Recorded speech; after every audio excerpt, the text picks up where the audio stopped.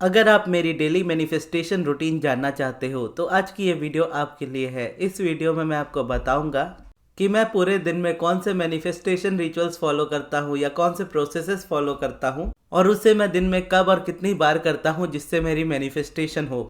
तो जैसा कि आप सभी लोग जानते हो, मेरी मैनिफेस्टेशन रूटीन में बहुत ज़्यादा चीज़ें नहीं होती है, लेकिन स्टिल अभी मेरी लाइफ में कुछ चेंजेस है जहाँ पर कुछ चीज़ें मैंने अपने लाइफ में चेंज की है, जिसमें मेरा सबसे पहले मेडिटेशन तो रहता ही रहता है, वो कंपलसरी है। भले ही मैं अपनी किसी डिज़ायर को अगर मैनिफेस्ट कर रहा हूँ, उस पर्टिकुलर डिज़ायर के लिए अगर मैं कोई काम ना करूँ तो मुझे चलेगा।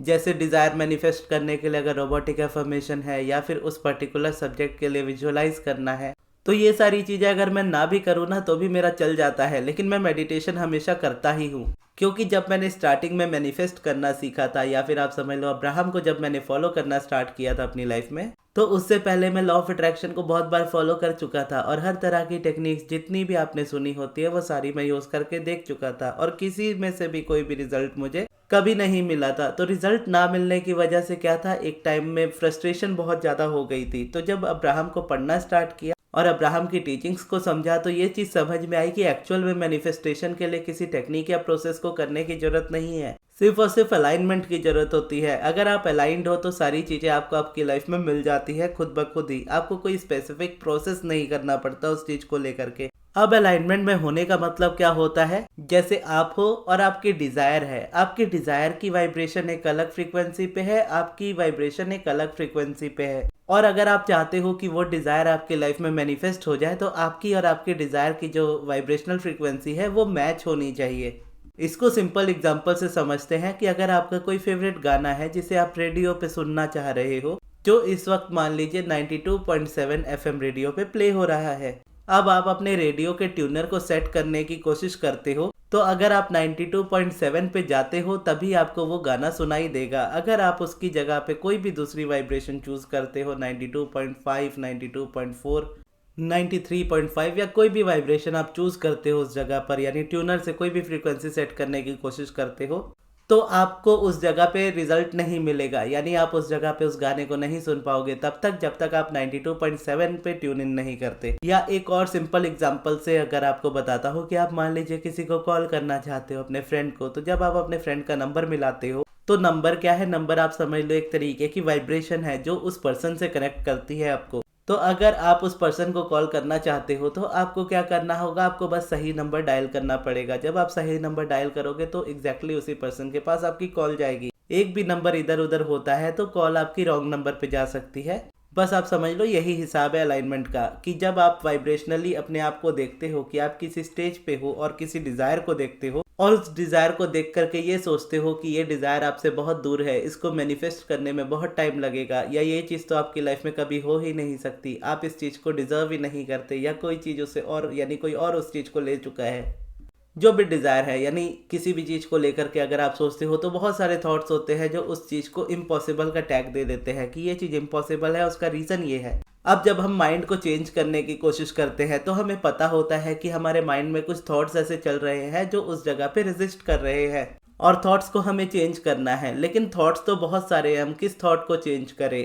कई बार हमें पता होता है कौन से थॉट्स है तो उसके लिए हम एफर्मेशन लिख भी लेते हैं। अगर हम बहुत सारी एफर्मेशन लिख ले तो हम उसको रिपीट नहीं कर पाएंगे, वो प्रॉब्लम है। अगर एक एफर्मेशन हम लेकर के चल रहे हैं, रोबोटिक एफर्मेशन, तो डिज़ायर्स तो हमारी इतनी सारी है, यानी मान लीजिए एक सब्जेक्ट में भी आपकी हो सकती है, यानी एक सब्जेक्ट आप मान लो कि आपका स्पेसिफिक पर्सन है। अब स्पेसिफिक पर्सन से रिलेटेड आपकी जितनी भी नेगेटिविटी हो, आप एक पर्टिकुलर एफर्मेशन जोड़ जाड़ के ऐसी बना सकते हो जिससे आप सारा कुछ मतलब मैनिफेस्ट कर सकते हो उस जगह पे। फॉर एग्जाम्पल कि मेरा रिलेशनशिप उस इंसान के साथ परफेक्ट है। अब परफेक्ट रिलेशनशिप का मतलब क्या होता है, सारी चीजें अच्छी होना। अब फिर हमारा ही माइंड इस पे कन्विंस नहीं हो पाता है कि हमें तो ये भी चाहिए, हमें तो वो भी चाहिए, हमारी तो सिचुएशन ऐसी है, हमारी सिचुएशन में ये वर्क करेगा या नहीं करेगा। तो एक एफर्मेशन तो बनाते हैं लेकिन उसको रिपीट करने की जगह रिपीट क्या करते हैं, इतनी सारे प्रॉब्लम्स, इतने सारे क्वेश्चंस, इतने सारे डाउट्स, तो थॉट से हम निकल ही नहीं पाते। तो इसमें इजी क्या होता है कि थॉट्स को रोक देना ज़्यादा इजी होता है, या थॉट्स को आप इस तरीके से समझ लो कि पॉजिटिव सोचने से ज़्यादा बेटर होता है कई बार, या बहुत इजी होता है पॉजिटिव सोचने से ज़्यादा कुछ ना सोचना। तो जब आप कुछ नहीं सोच रहे हो तो इसका मतलब है कि आप कुछ नेगेटिव भी नहीं सोच रहे हो। तो जब आप कुछ नेगेटिव नहीं सोच रहे हो तो ऑब्वियसली आप नेगेटिव मैनिफेस्ट नहीं करोगे। अब लाइफ में इतनी सारी चीज़ें हैं, हेल्थ, वेल्थ, रिलेशनशिप, सक्सेस, ये 4 तो हमारी मेजर होती है, लेकिन उसके अलावा अगर हम अपने अराउंड भी बहुत चीज़ों को देखते हैं तो उससे बहुत सारे थॉट्स ऐसे होते हैं जो हमारे अंदर क्रिएट होना स्टार्ट हो जाते हैं, जिसको हम चाहते भी नहीं है रखना, और उससे कुछ अगर मैनिफेस्ट हो जाए नेगेटिव तो फिर हमें अच्छा भी नहीं लगता, और हर एक थॉट को कंट्रोल करना भी बहुत मुश्किल होता है। अब इसमें आप कर क्या सकते हो, इस जगह पे मेडिटेशन इसीलिए ईजी होता है कि जब आपको पता है कि इतने सारे थॉट्स हैं, आपको ये भी पता है कि हर एक थॉट को आपको चेंज करना है, आप ये भी जानते हो कि अफर्मेशन से ये चीज़ें आसानी से हो सकती है, लेकिन ये समझ नहीं आ रहा है कि शुरू कहाँ से करें। इतना कुछ है, मैनिफेस्ट पहले कौन सा करें, यानी बहुत सारी चीज़ें जो है, यानी सारी चीज़ें इंपॉर्टेंट है लाइफ में, और या 2 चीज़ें इंपॉर्टेंट है, मान लीजिए एसपी इंपॉर्टेंट है, करियर इंपॉर्टेंट है, या एसपी इंपॉर्टेंट है, हेल्थ इंपॉर्टेंट है, तो जो भी है अगर 2-3 चीज़ें इस तरीके से है तो किस चीज़ को पहले करें, कैसे मैनिफेस्ट करें। तो इतना कुछ सोच करके इरिटेट होने से ज़्यादा या इतना कुछ सोच करके रेजिस्टेंस क्रिएट करने से बेटर है कि हम आंखें बंद करके अपना मेडिटेशन पे फोकस करें, और जितना हम मेडिटेशन करते जाएंगे तो जितने भी थॉट्स हमारे माइंड में नेगेटिव चल रहे हैं, सिर्फ एसपी को लेकर के नहीं बल्कि हमारी पूरी लाइफ को लेकर के जितने भी नेगेटिव थॉट्स हमारे माइंड में चल रहे हैं, वो सब एक एक करके आपके माइंड में से निकल जाएंगे। और जब वो आपके माइंड में से निकलना स्टार्ट होते हैं तो आपकी लाइफ में मैनिफेस्टेशंस होना ऑटोमेटिकली स्टार्ट हो जाती है, या फिर आपके माइंड में कोई ऐसी इंपल्स आ जाती है जिससे आप एक प्रोसेस के थ्रू दूसरे प्रोसेस पे जुड़ जाते हो। जैसे अगर आप मेडिटेशन कर रहे हो तो मेडिटेशन ही अगर आप करते रहो तो आने वाले टाइम में आपकी जो जो मैनिफेस्टेशंस है वो पूरी होनी ही होनी है, क्योंकि आपने उस सब्जेक्ट के बारे में नेगेटिव सोचना छोड़ दिया है। अब इस जगह पे यूनिवर्स आपको गाइड करता है, या तो वो चीज़ आपकी लाइफ में डायरेक्टली मैनिफेस्ट हो जाती है, अगर मैनिफेस्ट नहीं भी होती है और कोई रेजिस्टेंस बचा है तो आपको एक आसान रास्ता दिया जाता है, कि जैसे मान लीजिए मुझे मेरी लाइफ में मिला था कि जब मैंने मेडिटेशन करना स्टार्ट किया तो मेडिटेशन मैंने कंटिन्यूसली 3 महीने किया, उसके बाद मेरी इम्पल्स खुद ही आने लगी कि मुझे अब ग्रेटिट्यूड वॉक ऐड करना चाहिए। जब वो ऐड किया, वो 3 महीने चला मेडिटेशन के साथ, फिर उसके बाद ग्रेटिट्यूड वॉक छोड़ करके मैंने पॉजिटिव एस्पेक्ट्स लिखना स्टार्ट किया। यानी मेडिटेशन ने मुझे बताया कि मुझे पॉजिटिव एस्पेक्ट्स लिखने चाहिए, जबकि मैं पॉजिटिव एस्पेक्ट्स के बारे में पहले से जानता था, लेकिन मैंने कभी वो प्रोसेस यूज़ नहीं किया था। तो यूज़ कब किया, जब मुझे मेरे मेडिटेशन के थ्रू ये आंसर मिला कि अब मुझे यूज़ करना चाहिए। तो तब मैंने जब उसको यूज़ किया तो एक बार ही यूज़ करते हुए मेरी रेजिस्टेंस जो मनी को लेकर के थी वो रिलीज़ हो गई, और वहाँ से मेरी लाइफ में मनी फ्लो होना स्टार्ट हो गया। तो वैसे ही अगर आप सिर्फ मेडिटेशन करते रहो तो ही आपकी मैनिफेस्टेशन हो जाएगी, और अगर नहीं होती है तो आप कोई ऐसे प्रोसेस पे पहुंचोगे जिस जगह पे आप उस प्रोसेस को करोगे, और उस प्रोसेस को करने से आपको मैनिफेस्टेशन मिल जाएगी। अब होता यह है कि मोस्टली लोग सोचते हैं कि अगर इस पर्सन को इस चीज़ से मिल गया रिजल्ट तो मुझे क्यों नहीं मिलेगा, मैं भी करके देखता हूँ। तो इस तरीके से क्या होता है कि बहुत सारी टेक्निक्स लोग एक के बाद एक कर लेते हैं, और टेक्निक्स करने से रिजल्ट नहीं मिलते हैं। अब जैसे लॉ ऑफ अट्रैक्शन या यूट्यूब पे बात करें इस चीज़ की, तो यूट्यूब पे लॉ ऑफ अट्रैक्शन की वीडियोस बनाना और लॉ ऑफ अट्रैक्शन की नॉलेज आपको एक्चुअल में होना, इन दो में बहुत ज़्यादा डिफरेंस होता है। जो लोग अपनी डिज़ायर्स को मैनिफेस्ट कर रहे होते हैं वो चाहते हैं किसी भी तरीके से उनकी डिज़ायर मैनिफेस्ट हो जाए, तो वो इजी से इजी तरीका अपनाना चाहते हैं, जल्दी से जल्दी वाला। तो ऐसे में उनको हज़ारों टेक्निक्स मिल जाती है उस चीज़ को करने के लिए, और उस टेक्निक को बहुत लोग फिर परफॉर्म करते हैं, और बहुत लोग उसमें फेल भी होते हैं, और कुछ लोग उसमें पास भी हो जाते हैं। और पास कौन लोग होते हैं, ठीक उसी तरीके के लोग जैसे आपको बता रहा था कि मैंने मेडिटेशन किया, तो मेडिटेशन के थ्रू मैं समझा कि अब मुझे पॉजिटिव एस्पेक्ट्स लिखना चाहिए। तो उसी तरीके से अगर कोई पर्सन बहुत नज़दीक है अपनी वाइब्रेशन के, यानी अपनी मैनिफेस्टेशन के बहुत नज़दीक है, तो उसके सामने यूनिवर्स ने अगर वो वीडियो पहुंचा दी और वो वीडियो को उसने देख करके उस चीज़ को परफॉर्म किया, तो इमीडिएटली उसको रिजल्ट मिल गया। तो रिजल्ट एक्चुअल में देखा जाए तो उसको टेक्निक या प्रोसेस से नहीं मिला, उसकी वाइब्रेशन के चेंज होने से मिला, जिसमें उस टेक्निक ने थोड़ी सी हेल्प कर दी। अब इसका मतलब ये नहीं है कि वो टेक्निक 100% वर्किंग है, क्योंकि बहुत से लोग उसी टेक्निक को इस्तेमाल कर रहे हैं और वो फेल हो रहे हैं उस जगह पे। तो इसीलिए मोस्टली आप यूट्यूब पर जब भी लॉ ऑफ अट्रैक्शन से रिलेटेड या मैनिफेस्टेशन से रिलेटेड कुछ भी सर्च करोगे तो सबसे ज़्यादा आपको टेक्निक्स की ही वीडियो मिलेंगी।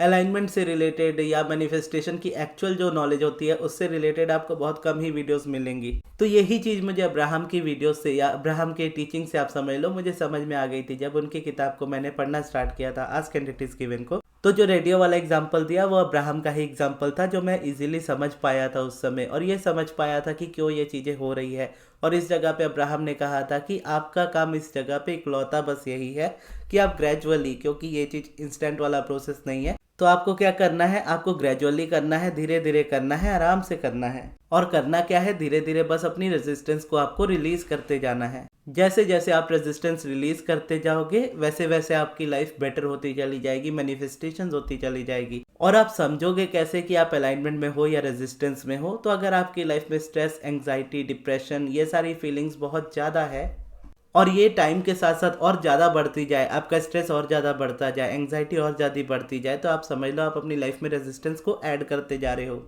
और ये अगर टाइम के साथ साथ कम होती जाए तो आप समझ लो आप अलाइंड होते जा रहे हो। तो आपको क्या करना है, आपको बस अपनी रेजिस्टेंस को रिलीज करते जाना है और जैसे जैसे आपकी रेजिस्टेंस रिलीज होती जाएगी आपका स्ट्रेस, एंग्जाइटी, ये सारा जो भी लेवल है ये कम होने लगेगा, आप अच्छा फील करने लगोगे। तो उससे आप समझ पाओगे कि आप रेजिस्टेंस से हट के अलाइनमेंट में आ रहे हो। और फिर उसी बुक में अब्राहम के 22 डिफरेंट प्रोसेसेस थे, जिस प्रोसेस में से एक मेडिटेशन भी था और एक पॉजिटिव एस्पेक्ट्स भी था जो मैं करता हूँ। तो मेडिटेशन मैंने उस समय इसीलिए चूज किया था क्योंकि वो 22 प्रोसेस के बारे में बताने से पहले ही अब्राहम ने यानी एस्थर ने ये चीज बताई थी कि एस्थर का अब्राहम से कांटेक्ट ही मेडिटेशन के थ्रू हुआ। उन्होंने 9 मंथ्स कंटिन्यू मेडिटेशन किया था, उसके बाद उनका कांटेक्ट हुआ था उनके इनर बीइंग से, तब जाकर के वो अपने इनर बीइंग से कनेक्ट हुए थे।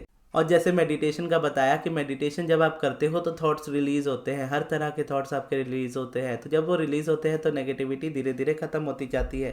तो जैसे जैसे वो खत्म होती जाती है वैसे वैसे आप अलाइंड होते जाते हो। तो इसी तरीके से या इसी समझ लो आप, इसीलिए मैंने मेडिटेशन को चूज किया क्योंकि इस जगह पे कोई भी प्रोसेस को यहाँ पे देखोगे तो मुश्किल वाला नहीं था कि किसी जगह पे ज़बरदस्ती पॉजिटिव सोचना है या किसी चीज़ को ज़बरदस्ती ऐसा बोलना है कि मुझे मिल चुकी है लेकिन मेरे पास है नहीं। क्योंकि उस वक्त मैं ऐसी स्टेज पे था नहीं कि मैं इस तरीके से अफर्मेशंस को रिपीट कर पाऊँ। मैं ये नहीं कहता कि अफर्मेशंस वर्क नहीं करती, मैं ये कहता हूँ कि हर किसी के लिए वो वर्क इसीलिए नहीं करती क्योंकि हर कोई उसको कंटिन्यूसली नहीं कर पाता। क्योंकि स्टार्टिंग में आपको नेगेटिविटी बहुत ज़्यादा आती है और जब आपको नहीं पता होता है कि कोई चीज़ क्यों करनी है तब तक आप उस चीज़ को कंटिन्यू नहीं कर पाते हो। तो ठीक उसी तरीके से मेडिटेशन में भी मेरी लाइफ में स्टार्टिंग में नेगेटिविटी आई थी, लेकिन मुझे पता था कि मेडिटेशन क्यों करना है और मेडिटेशन करते करते मुझे मेरी लाइफ में फिर वो सारी चीज़ें मिलने लग गई, इसीलिए मैं उसमें कंटिन्यू हो पाया। और उसके बाद अब अगर आकर के मैं अपनी लाइफ में रोबोटिक अफर्मेशन का इस्तेमाल करता हूँ आज की डेट में, तो मुझे रिजल्ट मिल जाएगा क्योंकि मुझे पता है कि रोबोटिक अफर्मेशन क्यों करना है, कैसे करना है।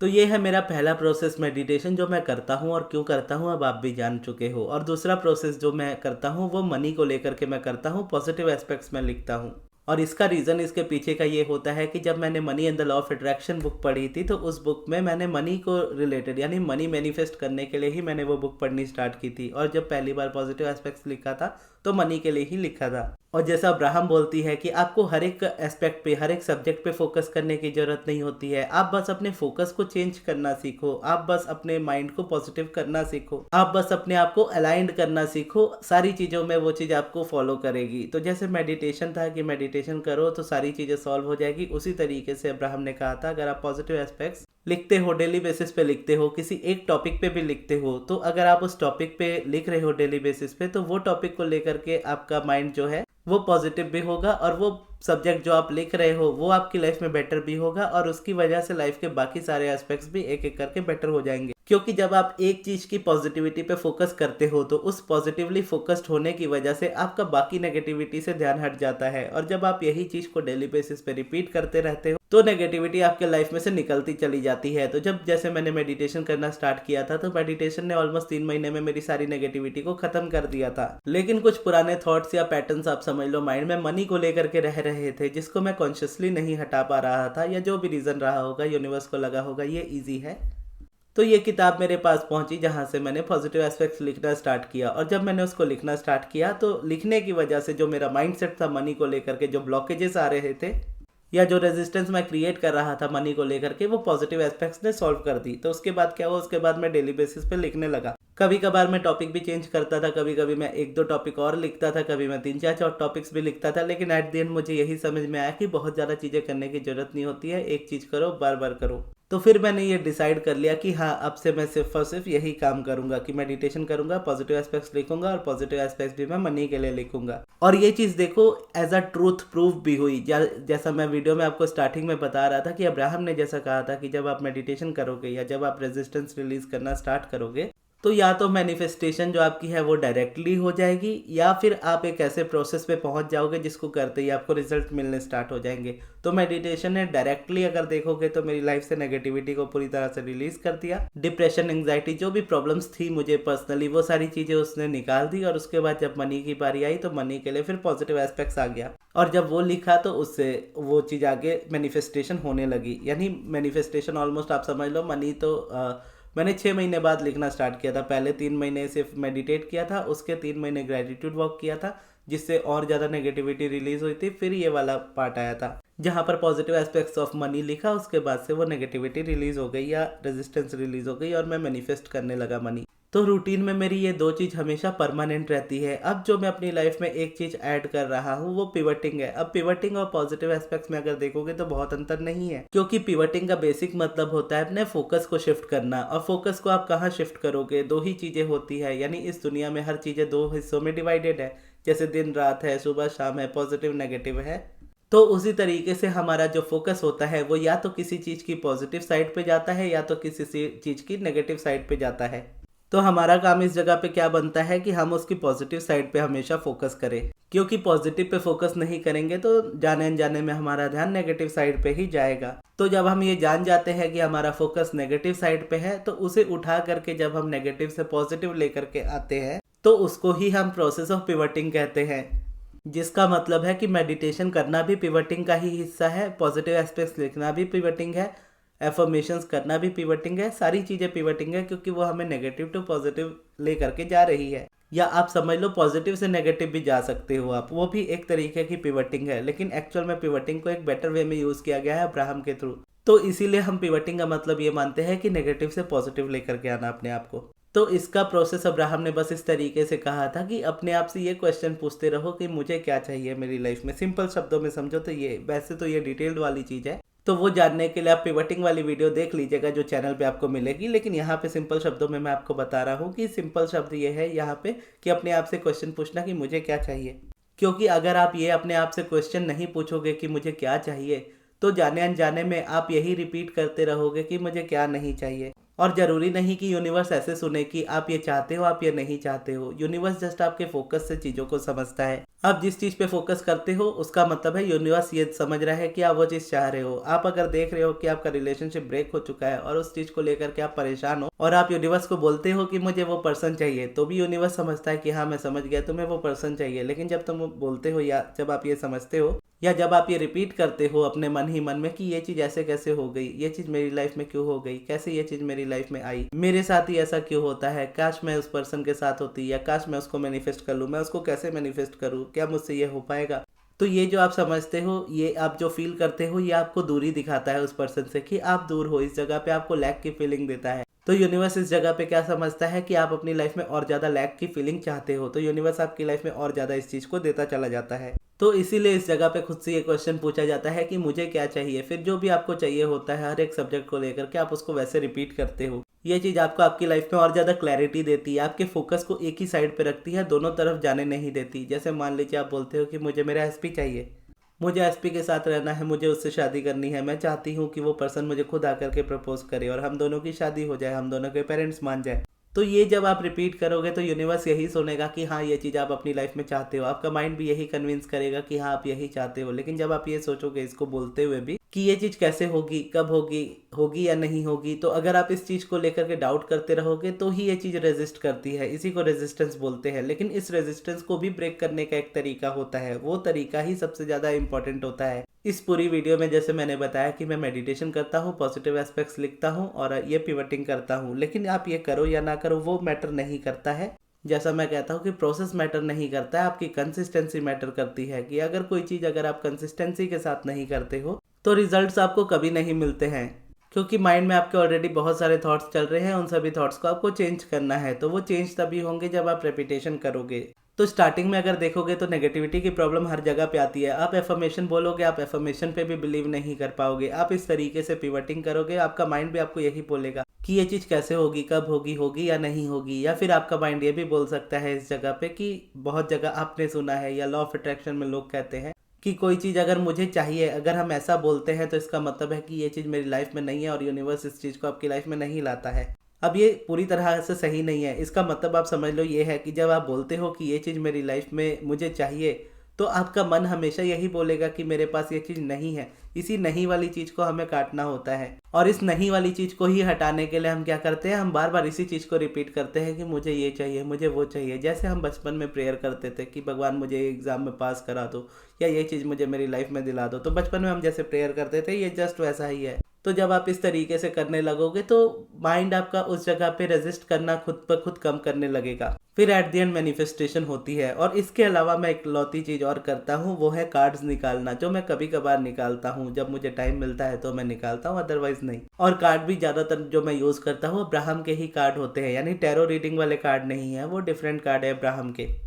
अब्राहम के money and the law of attraction वाले कार्ड को मैं निकालता हूँ, उसको शफल करता हूँ, उससे क्वेश्चन पूछता हूँ कि आज का आंसर मुझे बताओ, या आज मुझे किस बात का ध्यान रखना चाहिए, या मेरे लिए आज का कौन सा कार्ड है।